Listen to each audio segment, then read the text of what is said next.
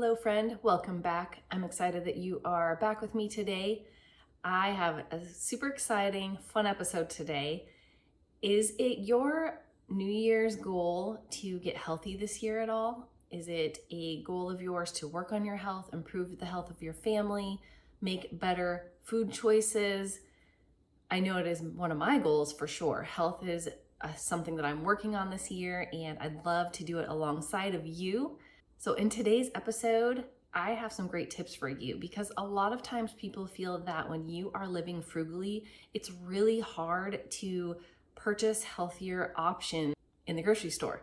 We all know that processed food, the bad food for us, tends to be cheaper sometimes, or we think that way anyway. So today I have 31 tips on how you can eat healthier while being on a budget, still following your grocery budget, and a couple bonus tips at the end for you as well. So stay with me. Did you know we have a Facebook group called Frugal Living for Families? I would love to have you come join me over there. We have a great community that supports each other and shares all of our ideas so we can continue to save money, get out of debt, and just improve our family's financial situation, even on one income. I want you to become a stay-at-home mom that you desire to be, or to thrive. If you already are a stay-at-home mom and your family is struggling financially, hop on over to the group. We'd love to have you over there. All right, the first tip for you is you've got a meal plan. Meal planning is extremely important when you are living a frugal lifestyle. It helps you stay on budget at the grocery store by planning out your meals in advance. So making sure that you're planning those healthy options in advance so that you know exactly what you need from the store, what you have on hand as well, and plan ahead. Otherwise, you get to the store and you buy all the stuff that looks delicious to you, but isn't great for you. Tip number 2 is to use up what you have first. So always use what produce is about to go bad, something that has been in the drawer for a little bit. In fact, if you put those items into a bin a little bit higher into your refrigerator, not in the produce bin, but pull them out front and center, you can label a container use up first. And that allows your whole family to see what is important to use up first so that nothing goes to waste. But use up what you have on hand in some healthy meals to stretch the time between grocery shops. All right, tip number 3, buy produce when it's in season. That's usually when it's the least expensive because there is an abundance of it in stores. And buy extra if your budget will allow, and freeze the items for later. That way you always have the most fresh in-season items throughout your freezer all year long, and you can really stretch your budget by buying it when it is the least expensive to buy. And it takes a little bit of time, but once you do this with a few items regularly each shopping trip, eventually you will have a year's worth of supply that you are just replenishing within each season.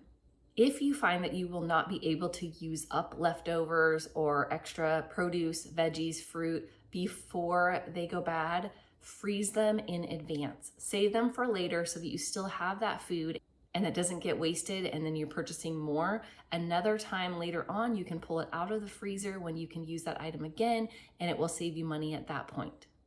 Number 5 is create a list of healthy meals that your family likes and keep those in your regular rotation.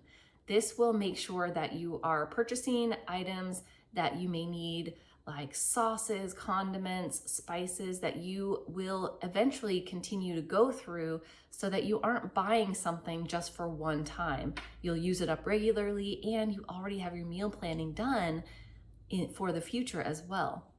Tip number 6 is to try more meatless meals. Meat can be very expensive and it's not even always very healthy. The healthier meat options are the most expensive meat options. So try some meatless meals, some recipes that you may have not tried before, cutting out more days of the week that you are eating that meat. It's healthier for you and better on the budget. Tip number 7 is to experiment replacing some ingredients with less expensive ingredients. Now, meat is one of those options where it's very easy to replace with some plant-based foods that cost a lot less. Things like lentils or walnuts, mushrooms, those can all be ground up and made as a great replacement in tacos, stuffed peppers, enchiladas, chili.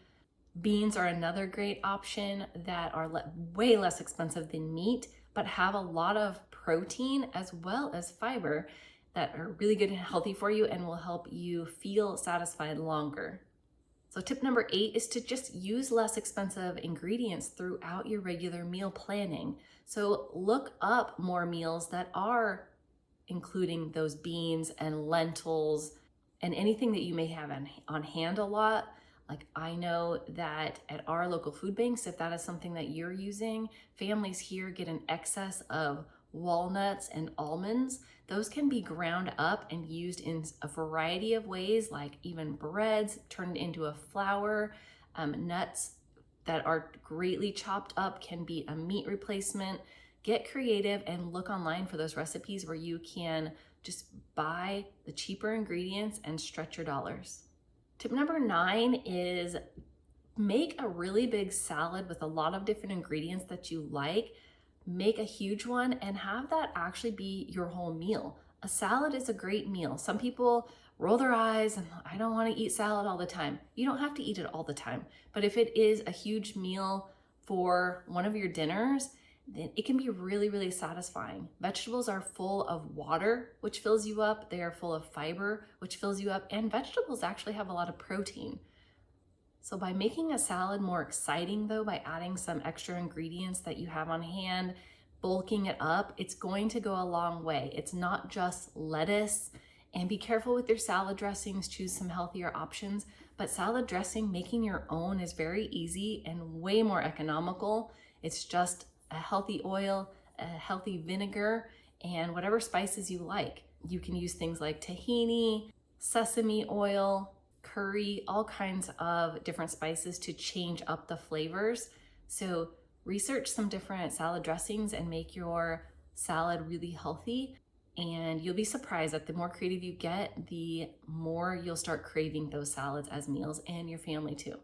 So tip number 10 is to shop the clearance items of the areas that you want to purchase. So in your produce section at the grocery store, there will be a rack or a shelf somewhere where the produce that has been marked down, it is not going to last a lot longer, and they mark it down greatly and set it there. So look for that area, but also even like the aisles with the pre-cut lettuces and salad mixes, those can tend to be a lot more expensive when you're not chopping up your own lettuce, but they get marked down often. So if you can use it up by that container size, use it up quickly, or freeze it for later, that can be a great price for you and a lot less work.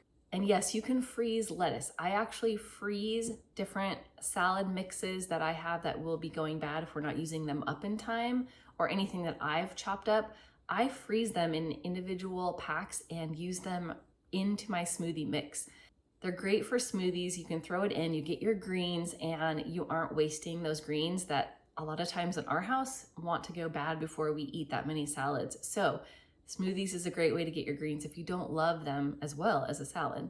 Tip number 11 is not everybody's favorite, but it's important when you are getting healthy, and that is to cut out things like sugar, the sweets, the extra snacks you're eating throughout the day, alcohol. Any of those things cost a lot of money, and when you're trying to work on being healthier, they're working against you anyway. So just cut them out of your budget entirely. Don't have them in the house at all. You haven't spent the money on them, and no one is tempted to eat them.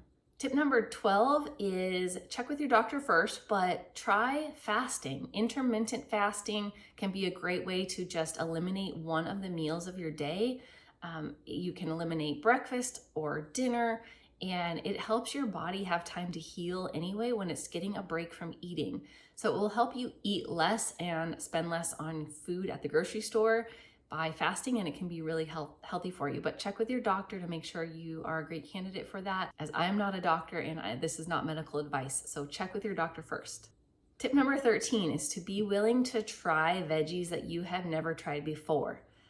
because different things come into season at different times, and different things will be a loss leader for a grocery store that they'll be offering, or they have excess, or that a lot of people don't purchase because they aren't familiar with it. So it may end up on the clearance rack. So be willing to try new items. If you've never tried turnips or rutabaga or eggplant or you name it, anything that's a little bit different or not as common in the average household, look for those on deals and be willing to try them. Look up new recipes and ways that you can incorporate those.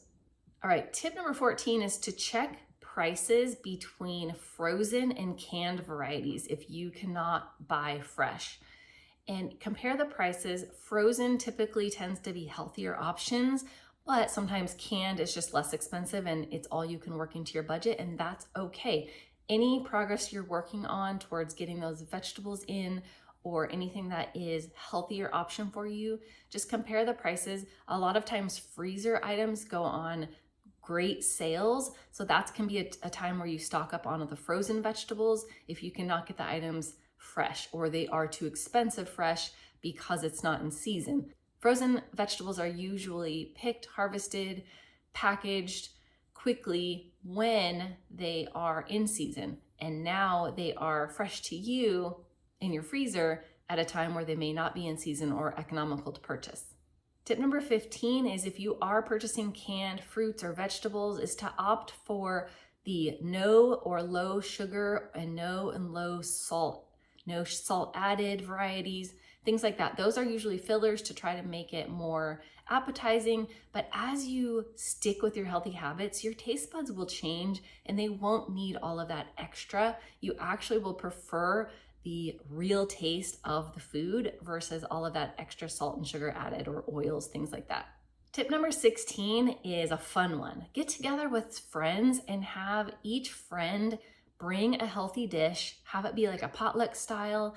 Any friends that are working on health in the 2024 as well, have each person create something that is a healthy dish and get together and sample them all. See which ones you like. It's a great way for you to learn new recipes that you don't have to buy all of the ingredients to try out, and to avoid those that you don't. So you don't have to pay for everything and find out you do not like it, you are not willing to eat it, and it's such a waste of time, money, and food. So it can be a great way to share with friends and just have that social time, but focusing on that accountability of being healthy. Tip number 17 is to use spices to add flavor to your dishes without adding calories, salt, sugar, anything bad. Spices are a way to get a lot of variety in your foods too. So by using different spices, you're changing up the same vegetable each and every time. So if you have an abundance of something, it's a great way to change up the flavor and just make different dishes by using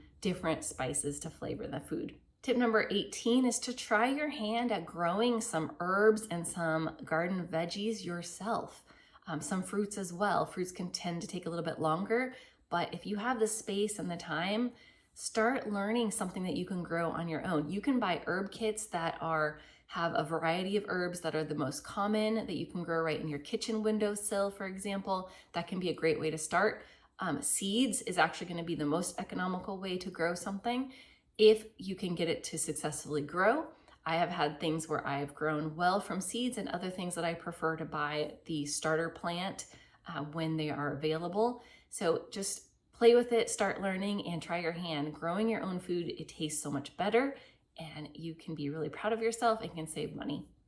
Tip number 19 is to join a Facebook group or create one if it doesn't already exist in your local area where people can share the abundance of your garden growing. So anything that you have a lot of, maybe you miscalculated and you have way too many tomato plants. Share your tomatoes with others who maybe have way too much zucchini growing in their garden.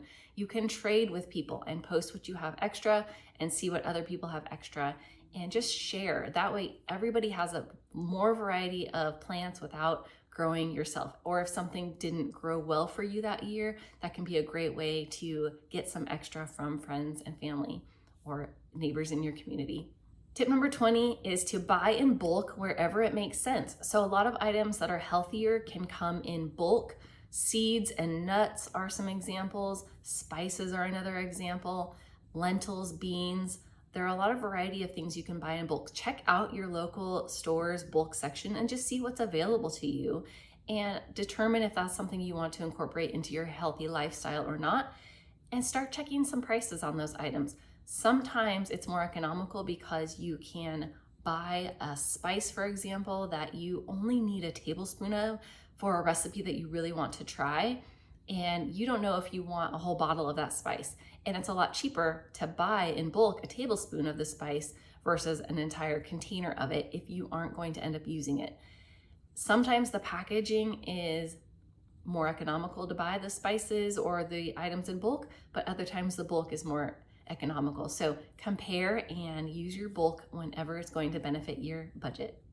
All right, tip number 21 is to try out the generic versions of products that you use a lot. So if there are certain canned vegetables that you like, try the generic store brand. A lot of times they are manufactured by one of the companies that produces the name brand that you like. And so a lot of times it is the exact same product, but it has a different logo, and therefore you save a lot of money without sacrificing any quality. Sometimes it isn't the same exact product, but you like it just as much and it can save some money on your budget. So play around with different generic options and see which ones you feel are just as good of quality, and now you can save that money going forward.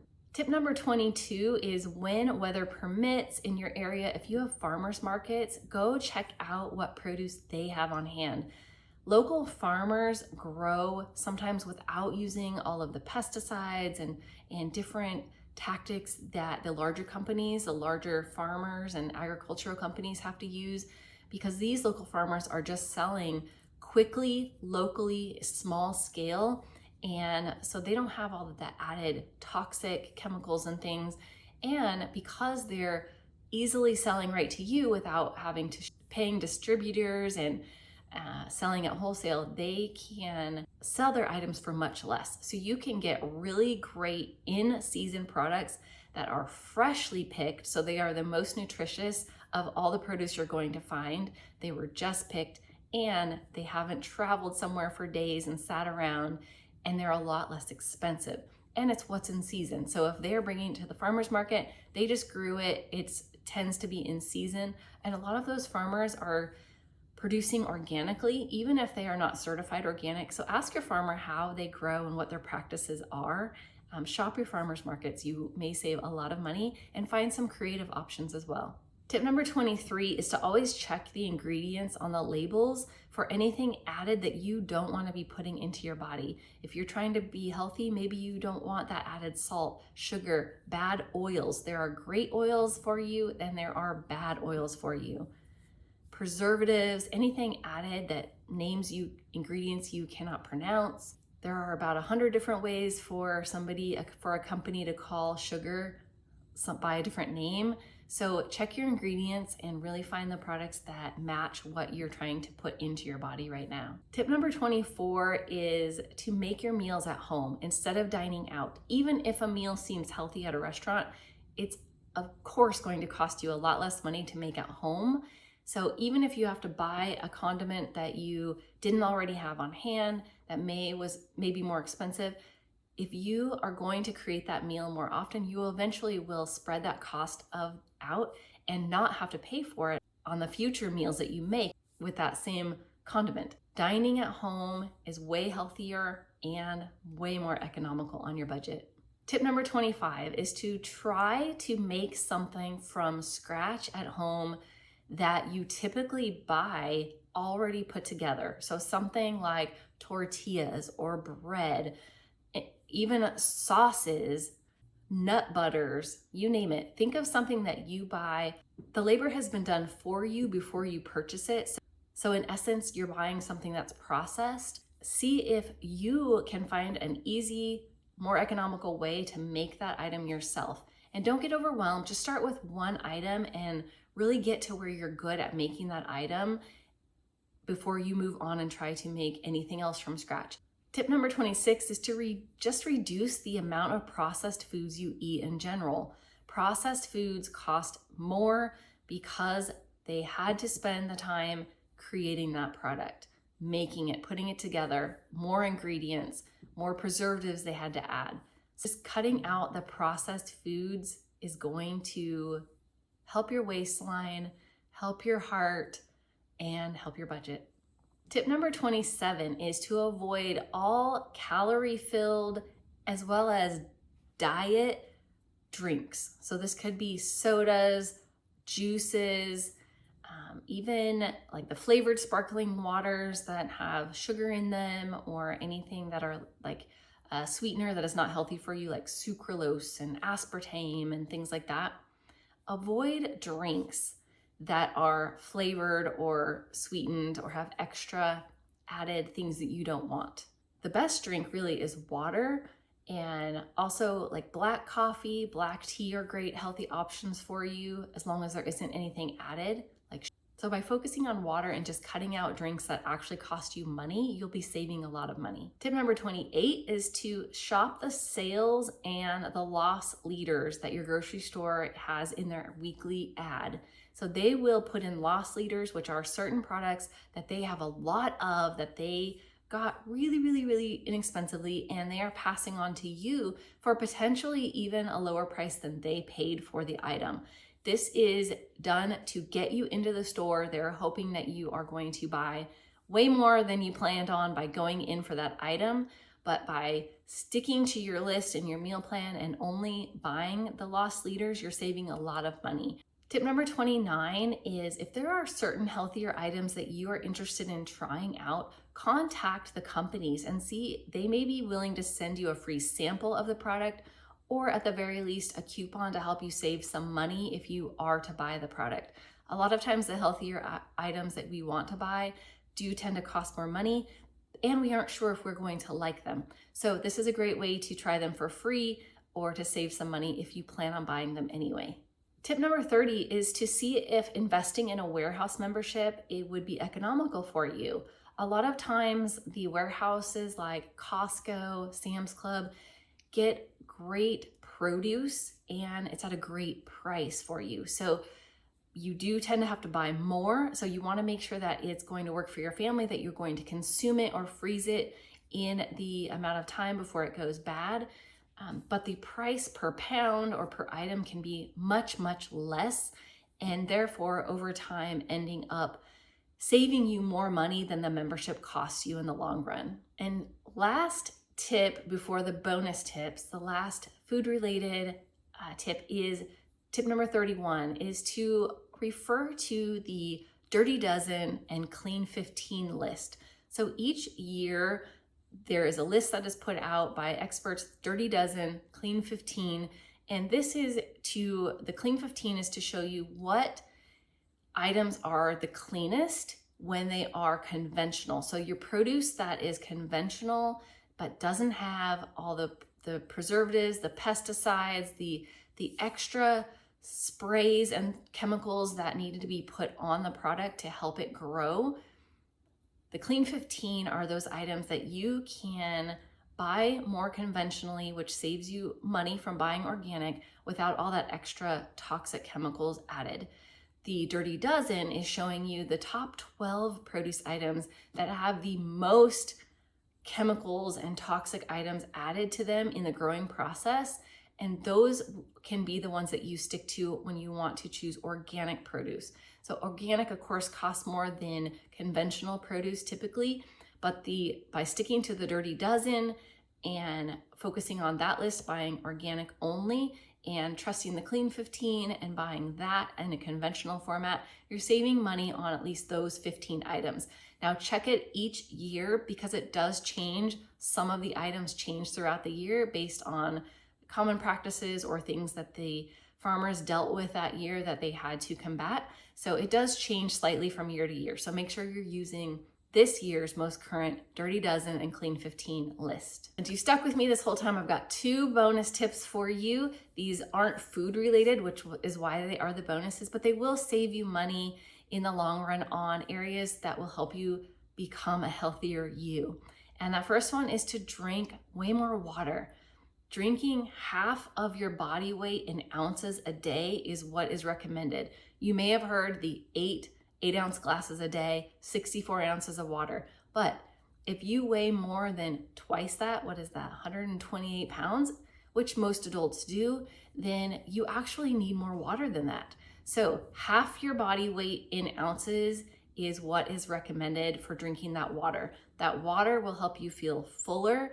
A lot of the time when we feel hungry, we actually are dehydrated, and drinking a glass of water will help the hunger go away. So it can help us eat less food, help us be healthier, and our body just needs that water to continue performing all of the functions that a healthy body does. And the other bonus tip I have for you is to get creative on free ways to get your exercise in. So you don't have to be paying for expensive gym memberships. Walking and jogging, of course, are free. Just go outside, hiking. Get creative though. There are a lot of workout videos on YouTube that are free, yoga, all kinds of workout videos. Find what you love. Look for a variety. Try them out and see what you love. Subscribe to different channels that are doing the videos in the type of exercise that you most enjoy. Change it up so you're trying different exercise routines at different times throughout the week. And there are so many free options. You do not need to spend money on getting your exercise. So I hope that list helped you out, at least with some tips that maybe you hadn't thought of. I hope that this year is a healthy one for you.